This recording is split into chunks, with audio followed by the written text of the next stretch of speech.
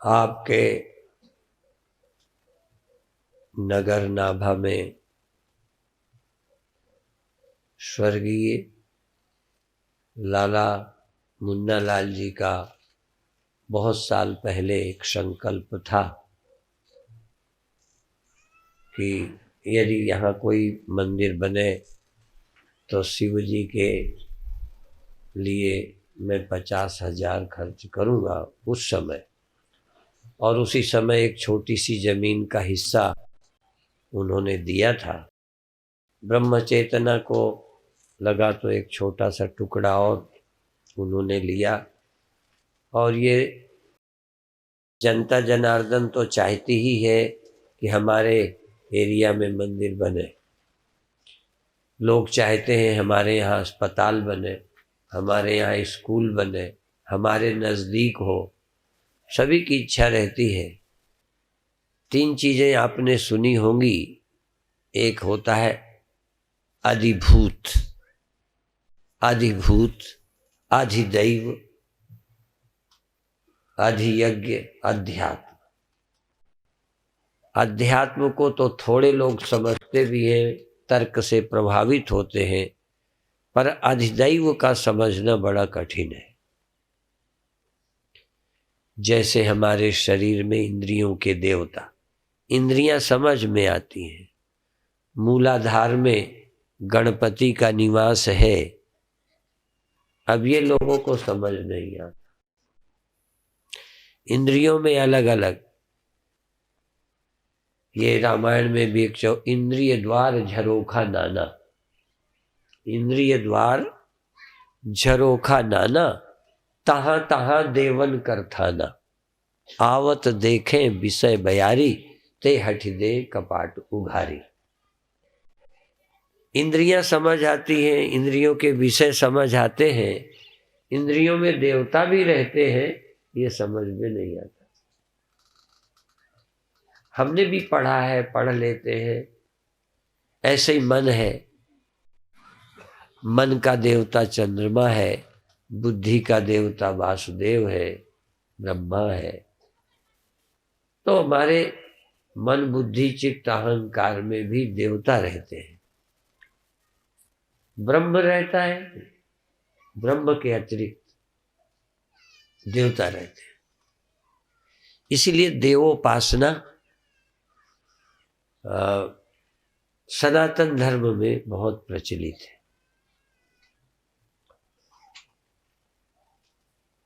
सैकड़ों वक्ताओं को ही देवताओं के विषय में नहीं पता।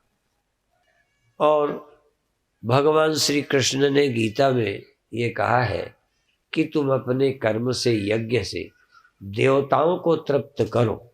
देवता तुम्हें सुख सुविधा, वर्षा आदि से, धन धान्य से तुम्हें संपन्न करेंगे। ऐसा लगता है जैसे एक ये अंधविश्वास की बात है, पर जिन ऋषियों की सब बातें सही हैं, सिर्फ देवताओं की बात झूठी होगी, ये बात समझ में नहीं आनी चाहिए। उन्होंने जो जो बताया, मान लो जिन्होंने वेदांत पढ़ा, जिन्होंने सृष्टि का इतना विश्लेषण किया, उन्होंने अधिदैव की चर्चा की है, देवताओं की चर्चा की। तो हम पहले भौतिक इस जगत की अधिभूत की उपासना से ऊपर अधिदैव देवताओं की उपासना करें, और देवोपासना से फिर अंत में अध्यात्म अर्थात ब्रह्मोपासना, अहंग्रह उपासना। अहंग्रह उपासना भी ब्रह्मोपासना है, और भेदोपासना भी, निर्गुण निराकार ब्रह्म की भेदोपासना। सगुण साकार की तो अभेदोपासना बिना ब्रह्म ज्ञान के हो ही नहीं सकती। बिना ब्रह्म ज्ञान के अन्य किसी से अभेदोपासना नहीं हो सकती। गुरु और आप एक हैं, ये बिना अध्यात्म के नहीं। इसलिए प्रारंभ में मेरे से गुरु अलग है, वो मेरे उपास्य है, उनको गुरु मानना। इसी तरह राम भगवान है, कृष्ण भगवान है, शिव भगवान है, वो मेरे से भिन्न है। पत्नी से पति भिन्न है, भले आवश्यक है, पर पति अलग है, पत्नी अलग है, पिता अलग है, पुत्र अलग है, मनुष्य अलग है, पशु अलग है, उनकी जीवात्मा है। नाम उनका इसीलिए है कि उनका अपना अस्तित्व है। यद्यपि वेदांत जब हम सुनेंगे, पराकाष्ठा में जब हमारी बुद्धि सूक्ष्म होती जाएगी, उस अवस्था में जाकर स्त्री और पुरुष भेद भी नहीं है। शरीर के साथ जब जीवात्मा मिलती है तो स्त्री पुरुष है, पशु पक्षी है। देह से रहित जीवात्मा जीवात्मा है। वो न मनुष्य है, न वो पशु है, न वो कीड़ा मकोड़ा है। शरीर के स्तर से उठी हुई जीवात्मा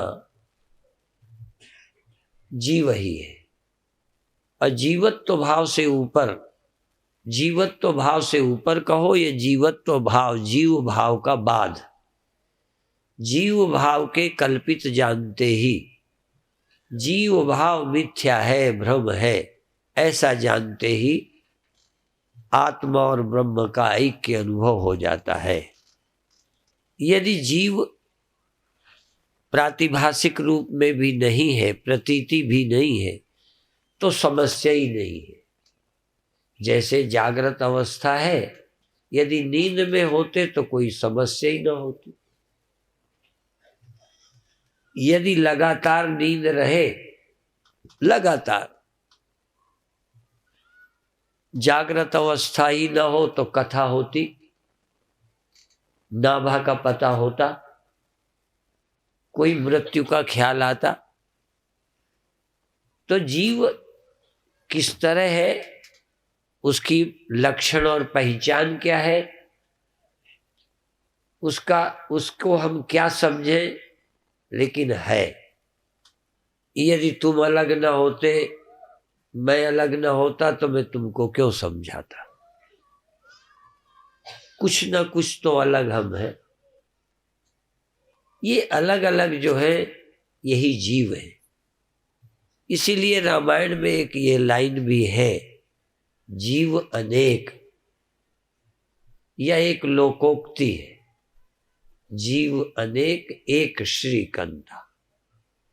जीव अनेक है, इन श्रीकंठ परमात्मा ईश्वर एक है। ये भी लोग जल्दी नहीं समझते कि जीव ईश्वर अलग अलग है, पर ब्रह्म सब में एक है। जीव और ईश्वर भी अलग अलग है। जीव जीव का भेद है। हम सब जीव हैं, पर तुम अलग हो, मैं अलग हूं, ये अलग है। तुम्हारे सुख दुख अलग अलग है। आज हमें बहुत दुख है, आज बड़ी चिंता है, दूसरे को बताते हो, इसका मतलब तुम अलग हो, वो अलग। देह ही अलग नहीं है, देह का मालिक, देह को मैं कहने वाला भी अलग अलग। बल्ब ही अलग अलग नहीं, हर बल्ब की रोशनी अलग अलग। ऐसे शरीर अलग है, शरीरों में रहने वाला जीव चिदाभास अलग अलग है। और अलग अलग ही नहीं, अलग अलग समय पर जगते सोते हैं। सारे दुनिया के जीव, न दुनिया के जीव को, सारे दुनिया के मनुष्य जीव, मनुष्य देहधारी जीव एक समय ही सो जाते हैं। आप बताओ, सारे नाभा के लोग एक टाइम पे सो जाते हैं। तुम अलग हो, तुम्हारी नींद अलग है, तुम्हारा परिवार अलग है, तुम्हारे दुख अलग हैं, तुम्हारा जगना अलग है। कई सोए हैं घर पर, एक जग के नहाता धोता है, पढ़ता है, भजन करता है, जग गया है। दूसरा भी वही सोया है। गुरुदेव के साथ जब हम लोग रहते थे, 4 बजे सब संत जगा दिए जाते, 12 बजे सोने दिया जाता था। 12 बजे भी लेट जाते थे, उसमें भी कोई 2 मिनट में सो जाता होगा, कोई 4-6 मिनट में सोता होगा। एक साथ सोने का टाइम देने पर भी एक समय, सुबह जगने में भी चाहे सेकंडों का मिनटों का फर्क हो, जगने में भी फर्क होता है। आप अलग हैं, हम अलग हैं। इसलिए उपनिषद या ग्रंथ या हमारे प्रक्रिया ग्रंथ बताते हैं, जीव जीव का भेद है। जीव जीव का भेद ना हो तो तुम्हारा जगना मेरा जगना एक हो जाए। एक जगह तो सब जग जाए, एक सोवे तो सब सो जाए। अकेले मैं सो जाता हूं तो मेरी आंखें कान नाक सब सो जाते। ऐसा नहीं कि मैं सो जाऊं तो मेरी आंख जागी रहे, मैं सो जाऊं तो नाक सूंघती रहे, मैं सो जाऊं तो हाथ में नोट धर दो, ये नोट पकड़ ले, नोट को टटोल ले। ये त्वचा छू नहीं सकती यदि मैं सो जाऊं, क्योंकि इन सब में मैं एक हूं। इन सब इंद्रियों का मालिक बोलो एक है। एक सो गया तो सब सो गए, एक देह छोड़ गया तो सब मर गए। मैं छोड़कर चला जाऊं तो हाथ जिंदा रहेंगे, आंखें मर जाएंगी। यदि मैं इससे निकल जाऊं, जीव इससे निकल जाए, तो आंख भी मर गई, कान भी मर गए, शरीर भी मर गया, सब इंद्रियां मर गई। यदि जीव एक ही होता सब शरीरों में, तो एक निकल जाता, सब शरीर मर जाते। इसलिए सब शरीरों में जीव अलग अलग है, अलग अलग कर्म है। तुम जग के ताश खेलते हो, तुम जग के रामायण पढ़ते हो, तुम जग के फालतू के काम करते हो, कोई जरूरत के काम, कोई देश के। जग कर सब एक तरह से ही काम नहीं करते। हमारे गुरुदेव के समय जग जाने पर कोई कोई जाता होगा और काम के लिए, शौच पेशाबाज से, और अधिकतर लोग जगकर सबसे पहले कीर्तन ही करते थे। उस कीर्तन का नाम प्रभाती, प्रभात काल में जो गाया जाए प्रभाती, प्रभात कीर्तन। यद्यपि कई नगरों में प्रभात कीर्तन घूम के भी होता है, नगर कीर्तन, प्रभात कीर्तन, साथ में उसका नाम नगर कीर्तन। सुबह उठना, सारे नगर में कीर्तन करते लौटना, और अच्छा है। हमारा टहलना हो गया, सुबह का समय भगवान के कीर्तन में चला गया, और जितने मन से कोई करे उतना ही कम ज्यादा लाभ है, जितना मन से करे। कीर्तन भी सब एक बराबर मन से नहीं करते। कल प्रातः काल ध्यान होगा, योगासन होंगे। पहले तो जितना शाम को आए उतने सुबह ना आएंगे, थोड़े कम होंगे। सुबह कौन उठे? अब देखो, इस शाम के काम में हो सकता है कोई को दुकान थोड़ा छोड़ के आए हो, कुछ घर के काम छोड़ के आए हैं। सुबह वाले में तो कम काम है, और बल्कि अभी नहीं, धीरे धीरे शुरू करना चाहिए सुबह का कार्यक्रम, जिसमें कोई काम ना हो, जिससे सिर्फ आलसी ना में सब आ सके, सिर्फ आलसी। क्योंकि और तो कोई काम है ही नहीं, सिर्फ आलस्य का। सुबह सुबह न दुकान जाना है, न सुबह सुबह के कोई काम है, न घर वालों का कोई काम है, न बच्चों का काम है। बहुत सुबह सुबह 4-5 बजे किसी का काम नहीं है, खाली है। या तो आलस्य में पड़े रहो, सो, या के कुछ करो। तो सुबह का टाइम बिल्कुल आपका अपना है। सुबह का समय दिया तो तुमने अपना समय दिया, और दिन का समय दिया तो हो सकता है पति का समय हो, पत्नी का समय हो, बेटों का हो, दुकान का हो, देश की और जिम्मेदारियों के काम है, उस समय को काटोगे। लेकिन भारत की सोच ये कि ये ब्रह्म मुहूर्त है, प्रातः काल को बोलते हैं ब्रह्म मुहूर्त। सुबह सुबह को ब्रह्म मुहूर्त ब्रह्म वेला है। उस ब्रह्म वेले में, उस ब्रह्म मुहूर्त में परमात्मा का, ब्रह्म का ही चिंतन करना चाहिए। हमारे यहाँ सबके लिए समय बांटा है। पर्व के दिन पूजा भजन करना चाहिए, नवरात्रि में ये करना चाहिए, बांटा है। बचपन में पढ़ना चाहिए, जवानी में गृहस्थी करना चाहिए, काम धंधा करना चाहिए, और वृद्धावस्था में भजन करना चाहिए, और आखिर में संन्यास ले लेना चाहिए। शरीर से भी लेना चाहिए, थोड़ा घर से भी लेना चाहिए। वो भी कई बार लोग कहेंगे हमने मन से ले रखा है, उसमें चालाकी चल जाती। हाँ, सब मन से। कई लोग कहें हमने तो मन से प्रणाम कर लिया है। अरे भाई, मन से कर लिया, जरा तन से भी कर लो। तो मन से संन्यास ले लिया, जरा तन से भी लेके देखो, कुछ कठिनाई आएगी। घर से छोड़ो, पहले घर छोड़ोगे और फिर मन से भी छोड़ दो तो कहने ही क्या है। कोई कहे हम मन से तो रोज 1000 रुपया दान करते हैं। हाँ, दानी भी बड़े खिलाड़ी होते। मन से दान कर दिया, और कलयुग में मन के पुण्य होते हैं। हाँ, कलयुग केवल एक प्रतापा। कलयुग में एक ही प्रताप है। कलयुग का महत्व तो इस बात पर है कि मानस पुण्य होए नहीं पापा। मानस पुण्य तो हो जाते हैं कलयुग में, मन से पुण्य करो तो हो जाता है, पाप मन से नहीं लगता, इतनी छूट है। मन से चोरी की पर तुमने तन से नहीं की तो पाप नहीं लगेगा, ठीक है ना। किसी का तुमने नुकसान नहीं किया, थोड़ा बहुत तुमने अपने मन से सोचा, मन से किसी स्त्री को छू लिया लेकिन तन से नहीं छुआ। मानस पुण्य होए नहीं पापा। मन से पाप जो करोगे तो कलयुग में नहीं लगेंगे, भगवान माफ कर देंगे। पर तन से करोगे तो फिर भगवान माफ नहीं करेंगे। पर मन से हो फिर तन से न हो, बड़ा कठिन काम है।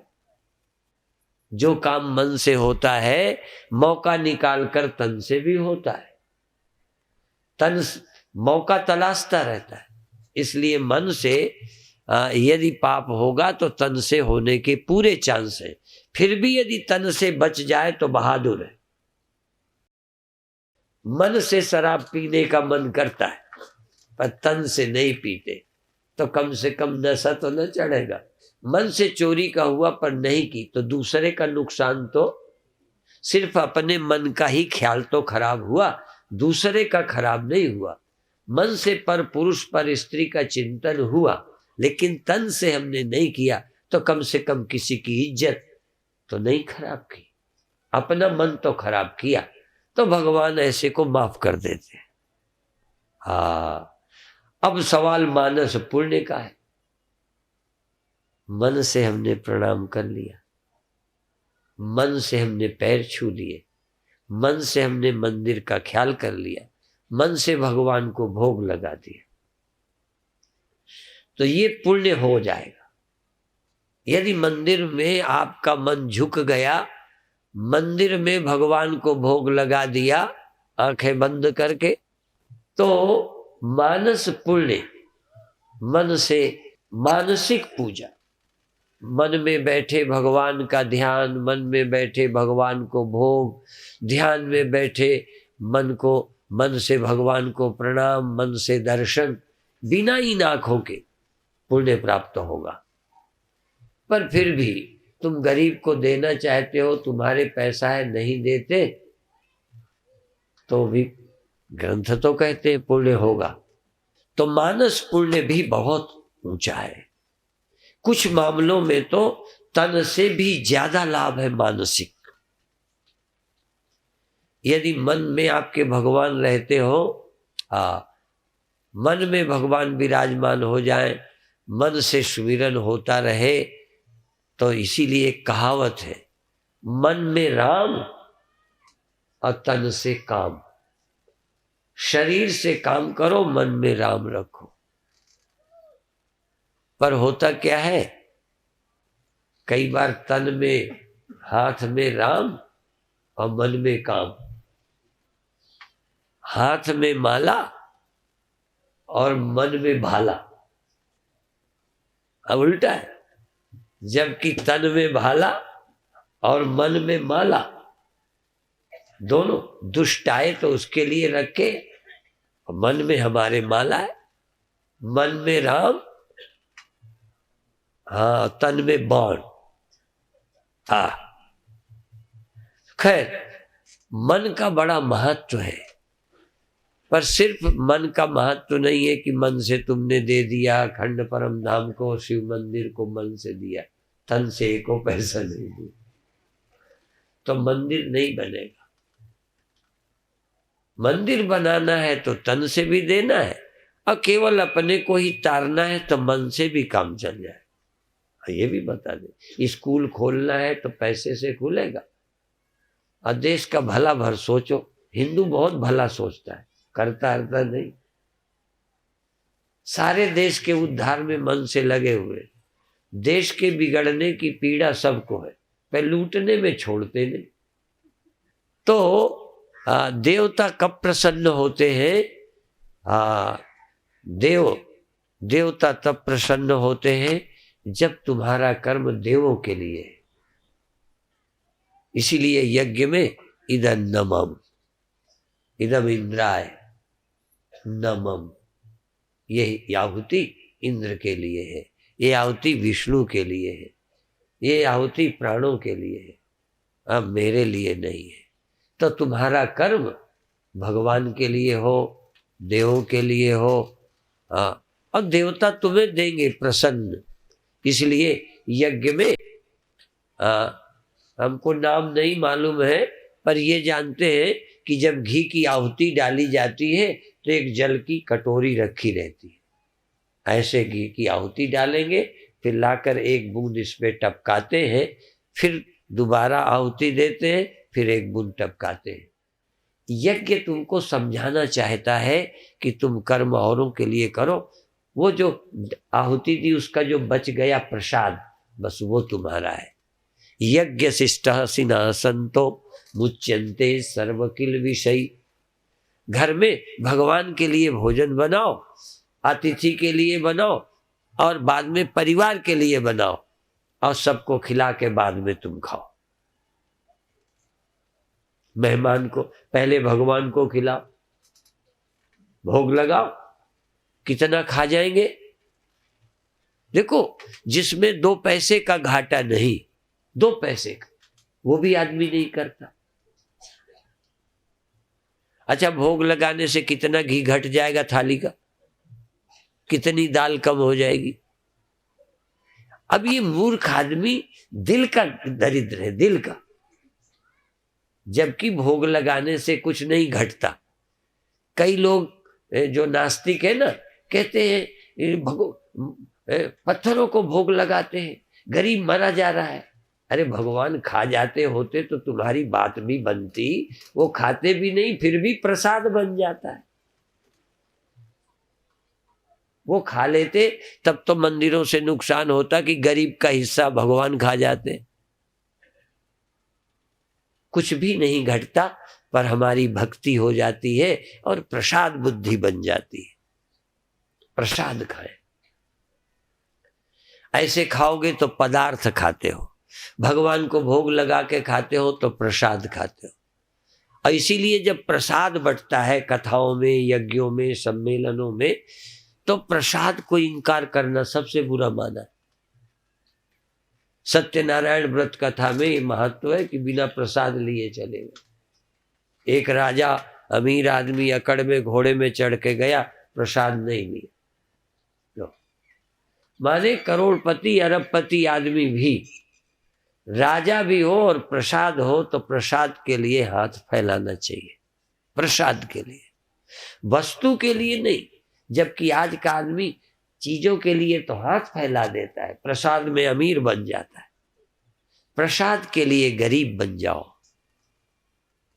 गरीब बन के प्रसाद हाथ फैलाओ, तो देखो इससे आपका अंतःकरण निर्मल होगा।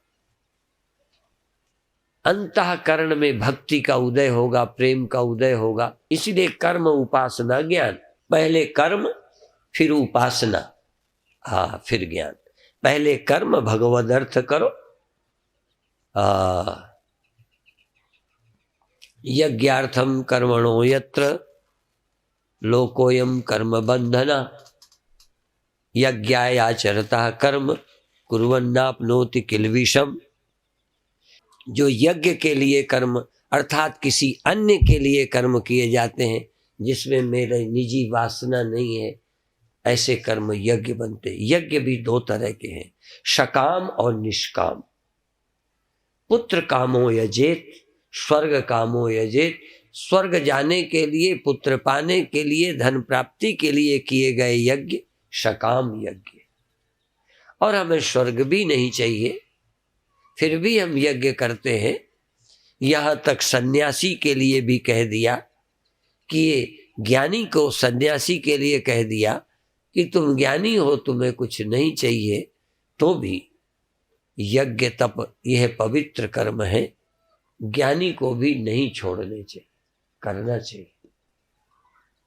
हम लोग तैयार बैठे हैं कि कब बहाना मिल जाए और कर्म ना करना। तो आप भाग्यशाली हो, अपने इस शरीर से, इंद्रियों से कुछ ऐसे कर्म करो जो अपने भोग के लिए नहीं, योग के लिए। हमारे कर्म से भक्ति, खाते हैं भोग है, खिलाते हैं योग है। अन्य के लिए जो करते हैं उससे हमारे मन में भक्ति का, प्रेम का, श्रद्धा का उदय होता है। और ये दैवी गुण दैवी संपद विमोक्षाय, जो दैवी गुण है वो मुक्ति में ले जाने वाले हैं, आसुरी बंधन करने वाले हैं। आसुरी बंधाय, आसुरी मत, आसुरी स्वभाव बंधन करने वाला है, संसार में जकड़ने वाला है। और निष्काम कर्म मुक्ति की ओर ले जाने वाला है। तो सकाम कर्म भी शुभ। कामना से भी देखो, कामना से भी दो तरह के कर्म होते हैं। धनी बनना है, काम वासना है, तो दो तरह से। काम वासना है, विवाह कर लिया। धनी बनना है, दुकान की। तो कामना की पूर्ति के लिए भी दो तरह के कर्म होते हैं। एक का नाम पाप है, एक का नाम धर्म है। अधर्म और धर्म। धन धर्म से भी कमाया जा सकता है, काम सुख धर्म पूर्वक भी भोगा जा सकता है, पद में ईमानदारी से भी जाया जा सकता है। तो जो भी प्राप्त करना है धर्म पूर्वक प्राप्त करें, तो सकाम कर्म भी धर्म हो गया। कामना तो है लेकिन धर्म को हमने छोड़ा नहीं। और एक कामना में अंधे होकर इच्छाओं के लिए अधर्म करते, इच्छाओं की पूर्ति में अधर्म करते हैं, वो पाप है। तो पाप कर्म, पुण्य कर्म, निष्काम कर्म। निष्काम कर्म बिना अपने स्वार्थ के किए गए शुभ कर्मों को निष्काम कर्म कहते हैं। और अंत में ब्रह्म ज्ञान को उपलब्ध होकर जो ईमानदारी से चलेगा, निश्चित ब्रह्म ज्ञान को प्राप्त होगा। फिर ब्रह्म ज्ञान को प्राप्त करके वासनाएं पहले कम कर ली थी, इच्छाएं पहले ही नहीं रही, कर्म भी हमने निस्वार्थ किया है, वो आदमी ज्ञान के बाद क्या चाहेगा? कामनाएं पहले ही जला दी। मेरे गुरुदेव बोलते थे, लगाकर सब कर्मन में आग, अरे मन निज स्वरूप में जाग। तू अपने अंदर करने की भावना छोड़ और अपने स्वरूप में जाग। करके क्या होगा? तू करके अमर हो जाएगा क्या? तू करके सुखी हो जाएगा क्या? तू करके बड़ा हो जाएगा क्या? कितना बड़ा हो जा, छोटा रहेगा ही। करके कोई पूरा बड़ा नहीं होता, करके कोई पूरा सुखी नहीं होता। कितना किया है आपने अभी तक? सुखी होने की कोशिश नहीं की। ईमानदारी से देखो भाई, हो गए। और अपने बचाने की, तो कर्म से क्या होने वाला है? कर्म से सिर्फ व्यवहार चलता है। कर्म से न कोई बड़ा हो सकता है, न कर्म से मुक्त हो सकता है, न कर्म से कोई बंधन की निवृत्ति होती है। कर्म क्या है? हाँ, कामना बंधन करती है, कामना का त्याग करो। सहजम कर्म कौन्तेय सदोषमपि न त्यजेत। सृष्टि के लिए सहज कर्म करो, ज्यादा दिखावा मत करो, और सहज कर्म हो तो धर्म का पालन करो, सहज कर्म। इसीलिए भूख सहज है, स्वाभाविक है, नहीं है ना? तो भूख है तो खाओ, नाटक मत करो, ढोंग मत करो, पर जो खाना चाहिए वो खाओ। और कमाई का खाना चाहिए, कमा के खाओ, चोरी करके न खाओ। बस इतनी सी बात है। खाना मना नहीं है, तो जो आवश्यकता है इंद्रियों की, प्रकृति की, उस आवश्यकता को धर्म पूर्वक प्रयोग करो। हाँ, और कभी ऐसी अवसर आ जाए तो फिर गुरु से, शास्त्र से आज्ञा लो। इसलिए हमारे यहाँ एक छूट दे दी, उसको गलत नहीं मानना। और इसका भी बड़ा लाभ है। शास्त्रों के लाभ को लोग नहीं जानते, क्योंकि शास्त्र के नियम का पालन नहीं करते, इसलिए नहीं समझ आता। नहीं, शास्त्र से बड़ा लाभ है, गुरु आज्ञा से बड़ा लाभ है। बड़ा आज्ञा मानो और हम कहें तुम चोरी करो हमारी आज्ञा से, तो एक तो तुम आज्ञा से नहीं करोगे, बिना आज्ञा के भले कर लो। आज्ञा से ब्याह नहीं करोगे, मनमानी करोगे। आज्ञा से गाली नहीं दोगे, वैसे ही दे दोगे। शास्त्र आज्ञा से करो, गुरु आज्ञा से करो, ईश्वर के हुक्म से करो, तो पाप नहीं लगेगा। और आप कहोगे हमारी आज्ञा से चोरी करो या गलत काम करो या मर्डर करो, तो पहली बात, यदि आप इतने आज्ञाकारी हैं कि मेरी आज्ञा से करेंगे, तो जब मैं कह दूंगा अब नहीं करना, तब मान जाओगे कि नहीं? आप अपने मन से जब पीते हो तो बंद करते हो। ये अपने मन से लव मैरिज करने वाले मैरिज भी मन से कर लेते हैं, घर वालों की नहीं मानते। और जब तलाक का टाइम आता है तब मानते हैं क्या? तब भी नहीं मानेंगे। आज मैरिज करेंगे बिना माँ बाप के, तो कल तलाक भी दे देंगे। फिर माँ बाप कहेंगे बेटा पहले जो किया किया, अब तो न छोड़। मैं, तुम कौन होते हो मेरे बीच में दखल देने वाले? नहीं समझे? ये मनमानी चलने वाले कहीं ठिकाने के नहीं होते। यदि तुमने माँ बाप की आज्ञा से किया होता और माँ बाप कहें छोड़ दो, तो छोड़ देना। कम से कम तुम नियंत्रण में तो हो, तुम काबू के बाहर तो नहीं हो। मैंने सुना है परशुराम ने अपनी माता को अपने पिता की आज्ञा से मारा था। देखो, आपको क्रोध आ जाए तो तुम खुद ही मार सकते हो, पर तुम परशुराम नहीं हो सकते। फर्क समझ लो। मनमानी करोगे तो क्यों करो? तो देखो, आज्ञा से चलने वाले को एक लाभ होगा कि आज्ञा से यदि तुम कोई काम करोगे तो किसी की आज्ञा से जब जरूरत होगी छोड़ सकते हो। इसलिए शास्त्र आज्ञा पर चलने वाले व्यक्ति जल्दी मुक्त हो जाएंगे। इसीलिए हमारे शास्त्रों ने कई बार देवी पूजा वाले अकरा बकरा खाते।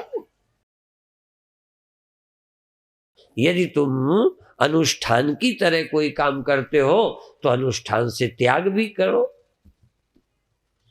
देखो, आज्ञा वालों की और बता दो, नवरात्रे आएंगे, देवी की प्रतिमा बनाओगे।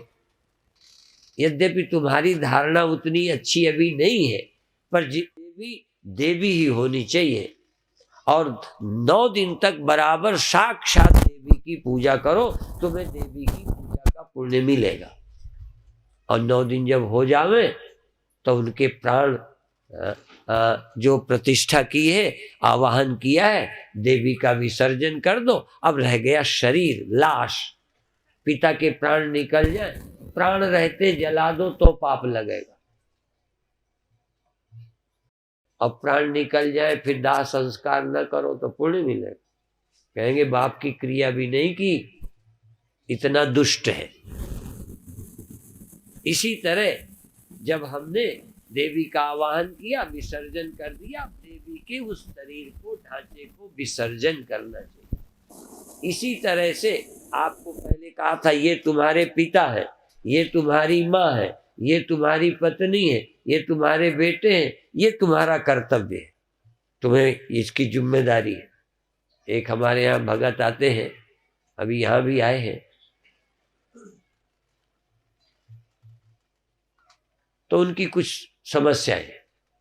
हम बहुत कहते हैं घर का भी थोड़ा ख्याल करो, तुम मुक्ति ही मुक्ति लोगे क्या?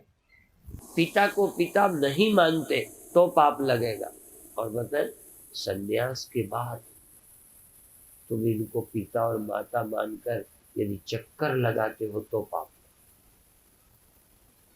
अभी तुम अपना नहीं मानोगे परिवार को तो पालोगे कैसे? तो शास्त्र ने आज्ञा दी कि ये तुम्हारी जिम्मेदारी है, और जब सन्यास ले लो तो अब इनकी जिम्मेदारी नहीं, तुमने नाम बदल दिया, हाँ तुमने माता पिता को तर्पण कर दिया, जाति समाज को छोड़ दिया, और तुम यहाँ तक मैं देव हूँ, मैं देव हूँ, ये इस संकल्प का भी त्याग किया है। मैं ब्रह्म हूँ, आत्मा हूँ, ये संकल्प स्वीकार किया है। अब ब्रह्म होकर जियो, आदमी होकर मत जियो। पहले तुम आदमी बनाए गए, हिंदू बनाए गए, ब्राह्मण क्षत्रिय वैश्य बनाए गए, अब जरा सा किसी लड़की को प्यार आ जाता है, हम जाति आती नहीं मानते। हाँ, ये जो पढ़े लिखे लोग हैं ना, कहे हम नहीं मानते। तर्क है उनके पास, हमारे पास भी बहुत तर्क है। भगवान की दया से हम भी थोड़ी बहुत वकालत जानते हैं। तुम वासना में अंधे हो, कहते हो जाति को नहीं मानते, और फिर एक हिंदू लड़की मुस्लिम से ब्याह करती है, कहते हम जाति आती नहीं मानते, हम तो मनुष्य मानते। तो जिससे शादी कर रहे हो वो मनुष्य है कि मुसलमान? जरा उससे भी पूछो, वो मनुष्य होने को तैयार है। एक तुम तो हिंदू नहीं हो, आदमी हो, पर वो मुसलमान है, आदमी नहीं है। वो उससे कहो तू आज से मुसलमान नहीं रहा, हम हिंदू नहीं रहे तो मुसलमान नहीं, दोनों हम मनुष्य है ना। तो ये बेवकूफ समाज उदारता के नाम पर पागलपन करता रहता है, ना समझी करता रहता है। तो हमारा विषय केवल ये है कि तुम आप जो करते हो उस पर आज्ञा लो, आज्ञा देंगे उनकी जिम्मेदारी होगी। युद्ध में मिलिट्री लड़ती है, उसकी जिम्मेदारी, उनको इनाम मिलता है, मारने वालों को इनाम मिलता है, पाप नहीं लगता है। और न मारने वाले को लगता है मैंने पाप किया है। हाँ, जब धर्म और नीतियों के विपरीत चलोगे तो तुम्हारे अंदर पाप ग्रंथि बनेगी।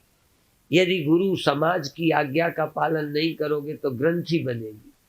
वही चीज तुमने सबके सामने खाई, वही चुरा के कमरे में खाई, तो एक ग्रंथि बनेगी, कोई देख न ले, कॉम्प्लेक्स बन जाता है। इसलिए धर्म कहता है कि भाई जब ब्याह होता है तो कैसे होता है? चोरी चोरी, घोड़ी चढ़ के जाता है, वो लटका के जाता है, लोगों के बीच शादी करता है। तो पाप का अब ग्लानि भी न लगेगी, शर्म भी न लगेगी, झिझक भी न लगेगी, माने गौरव के साथ उस कर्म को करिए। अब गौरव के साथ लोग शराब तो पीते हैं, हाँ, शादियों में जाने क्या क्या बना के खाते हैं। गर्व अब उस पर हो गया है, इस पर गर्व नहीं है कि हमारी बारात में मांस नहीं चलेगा, हमारी बारात में शराब नहीं चलेगी। अब पैसे का यही अभिशाप है, पैसे के बढ़ने का एक ही अभिशाप है कि अब शराब चलेगी, मांस चलेगा, सात्विक ब्याह नहीं होगा। पहले शंख घरियाल बजते थे, देवताओं की शादी होती थी। अब देखो, आप अपने धर्म परंपरा का पालन करते जाएं, धरती स्वर्ग बन जाएगी।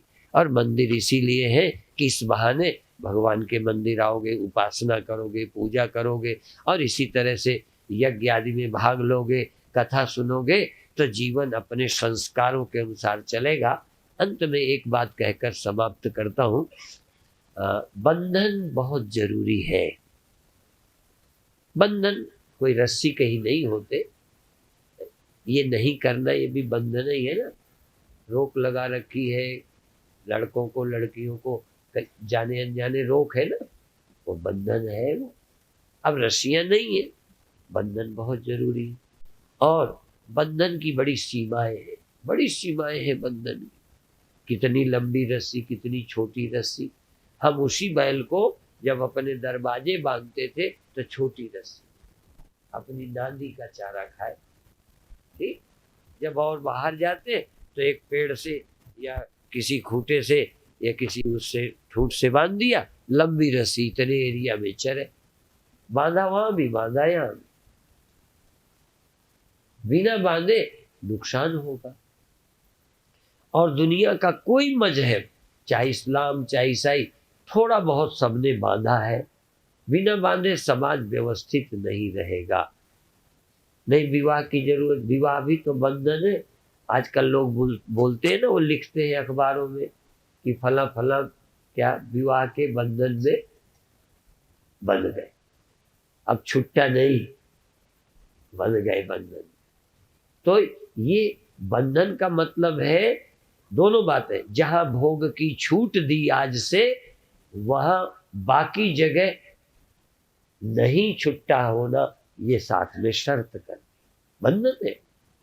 तो जिस समाज में आप रहते हो, अब धीरे धीरे तुम पढ़े लिखे जा रहे हो, पैसे वाले हुए जा रहे हो, सारे मान मर्यादाएं धर्म को ताक में दिए जा रहे हो। यद्यपि मंदिर बना लेते हो, बड़ी खुशी की बात है, पर कथा भी सुन जाते हो, पर करते वही हो। पंच तो ठीक कहते हैं, पंचों की बात बिल्कुल सही है, पर नाला वहीं गिरे। हाँ, तो आप कथा सुनते हो तो कथा घर ले जाओ, अपने मन में बसाओ। तो पहले तो कर्म में, फिर भगवान को हृदय में बिठाओ। कौन भगवान? साकार भगवान जो आए हैं, जिनमें दिव्यता थी, उनको हृदय में बिठाओ। और इसके बाद निर्गुण निराकार, फिर जीव और ईश्वर। तुम जीव हो, वो ईश्वर है। तुम्हारा शरीर है, उनका शरीर नहीं। मैं मनुष्य हूँ, वो अवतार है। देखो दोनों, मैं मनुष्य हूँ, वो अवतार है, इसलिए वो मेरे आराध्य है। और मैं जीव हूँ, वो ईश्वर है। हम भी निराकार, ईश्वर भी निराकार, समझना। पर ईश्वर व्यापक है, मैं एक देशी हूँ। हम अलग अलग है, वो एक है। तो ईश्वर और जीव, और अंत में ईश्वर जीव दोनों कार्य और कारण का निषेध करके शुद्ध चिन्ह मात्र सत्ता एकमेवा द्वितीयम ब्रह्म।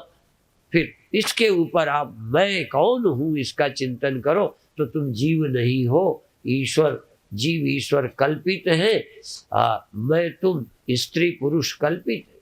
ये व्यवहार तक है।